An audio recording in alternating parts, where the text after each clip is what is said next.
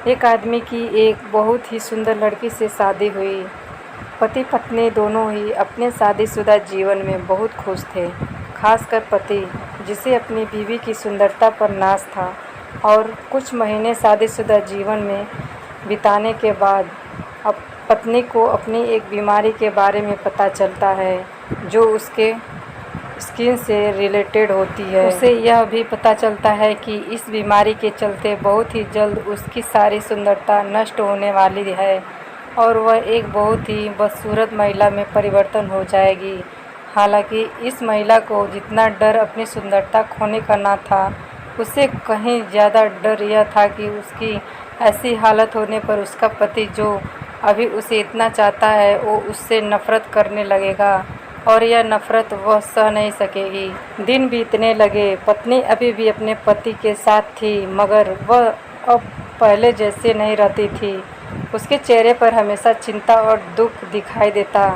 एक दिन पति काम से जब अपने घर लौट रहा था, तब अचानक उसका एक्सीडेंट हुआ और उस एक्सीडेंट में उसने अपने दोनों आँखों की रोशनी खो दी।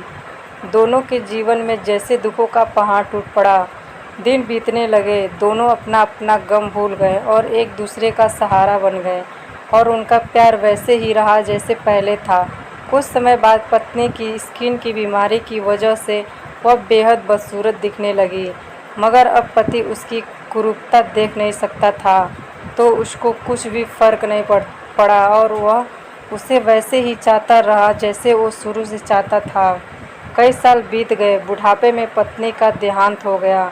पति ने पत्नी का अंतिम संस्कार अच्छी तरीके से पूरा किया और अब उसे अपने शहर को छोड़कर कहीं और जाकर रहने की इच्छा हुई। इसलिए उसने अपना घर बार छोड़कर जाने की तैयारी शुरू कर दी। उसे ऐसा कर देख उसके अड़ोसी पड़ोसी उसके पास आए और उसे समझाने लगे कि भाई साहब, आप अकेले किसी अनजान जगह पर जाकर रहने वाले हो, वह भी जब तक आपके अंधेपन में सारी पत्नी अब आपके साथ नहीं है, आप कैसे रह पाओगे। आदमी ने अपनी सभी अड़ोसी पड़ोसियों को बताया कि आप सब मेरी चिंता ना करें, मैं अंधा नहीं हूँ, मुझे सब कुछ दिखाई देता है।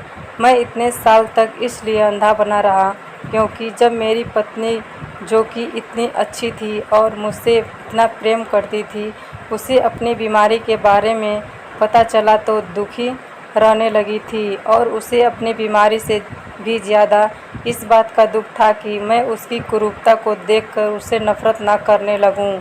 मैं चाह कर भी उसे कभी नहीं समझा पाता कि मैं उसकी सुंदरता से नहीं, उससे प्रेम करता हूं। इसलिए मुझे इतने वर्षों तक अंधे होने का ढोंग रचना पड़ा ताकि मेरी पत्नी खुश रह सके। दोस्तों, यह हमारी छोटी सी कहानी अगर अच्छी लगी हो तो वीडियो को लाइक करें, शेयर करें और चैनल को सब्सक्राइब ज़रूर करें।